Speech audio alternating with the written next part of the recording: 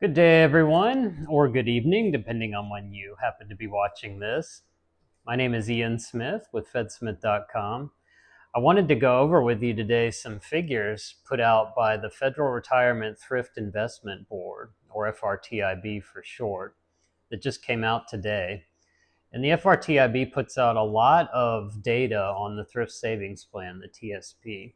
The FRTIB, if you're not familiar with it, is the federal agency that's tasked with managing and overseeing the Thrift Savings Plan. This first table is total TSP plan assets.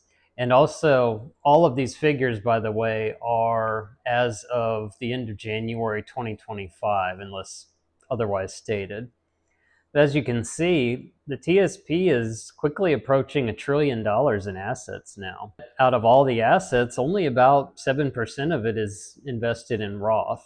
And just for comparison to this table, at the end of December 2023, TSP assets were $849 billion and Roth assets were $55 billion. And looking back to 2014, TSP assets at that time were $418 billion. So in the span of roughly a decade, the assets have approximately doubled, give or take, more than doubled, really. This next table shows the total number of accounts and average balances. The vast majority of accounts are under FERS, the Federal Employees Retirement System. That's not a shock. FERS has been around a long time. It's the current active retirement system. The Civil Service Retirement System, CSRS, went out in the 1980s. And again, you see the Roth and traditional balance discrepancy here.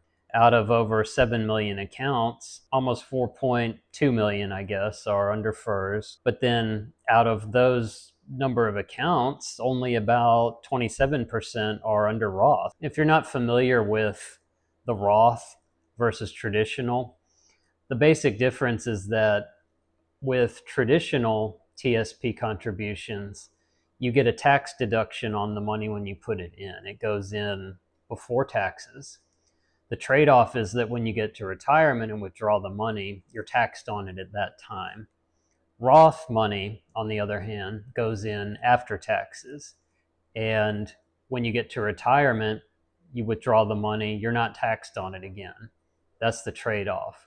During that time, if it's a long period of time, the growth on the account will presumably be a lot. And so it has the potential to save you a lot in taxes, assuming it's invested well, depending on your situation, of course. Also, a side note about Roth, the TSP announced back in November that in-plan Roth conversions are coming in 2026. An often criticized feature about the TSP, or lack of a feature, I should say, is that it does not allow in-plan Roth conversions. Asset allocation history. Here's why this one's interesting.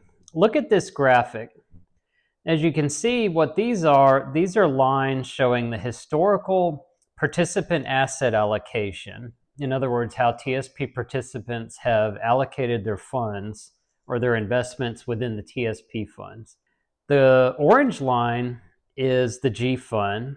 The green line is the C fund. We're in the middle of a strong bull market that started late in 2022, roughly the end of October. Notice the divergence in those two lines as we've gotten closer to the present. What's going on here is people are putting more money into the C fund as the bull market goes on. That's the trend. And conversely, more money is coming out of the G fund at the same time. Now, in the scheme of the total assets of the TSP, and I showed you those figures earlier, it's not a huge difference, but it's an interesting trend, especially if you look at it over a longer period of time. Ralph Smith is another one of the FedSmith authors, and he's researched this in more detail.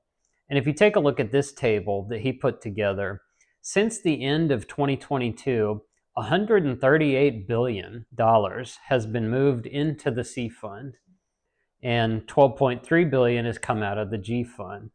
Here's why I found this of interest and why it's potentially significant.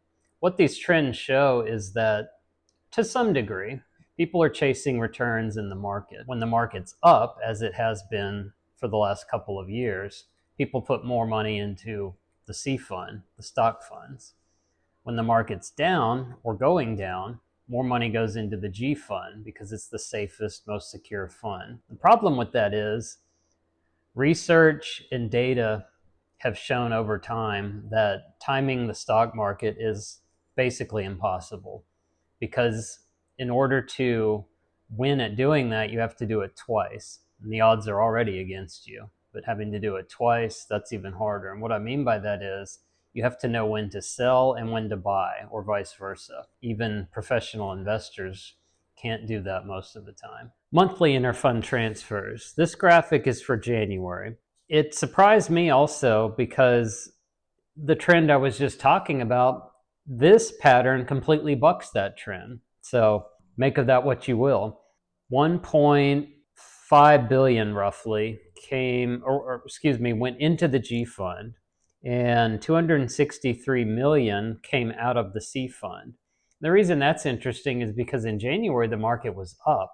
So what we normally see is that when the market's up, money flows into the C fund and the other stock funds more than the G fund. So this is completely opposite of that.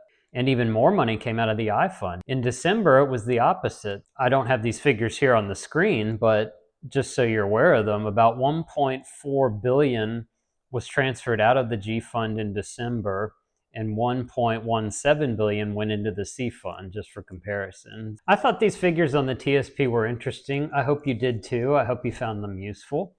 And we're almost at the end of February.